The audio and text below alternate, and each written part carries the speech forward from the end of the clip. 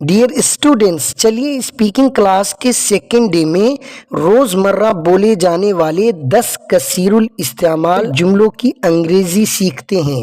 آپ سے درخواست ہے کہ ان جملوں کو اسپیکنگ والی کاپی میں لکھ کر اسے حفظ یاد کریں۔ میں تو بس ویسے ہی پوچھ رہا تھا، I was just asking۔ کیا بےہودگی ہے، what nonsense۔ کتنی شرم کی بات ہے، what a shame۔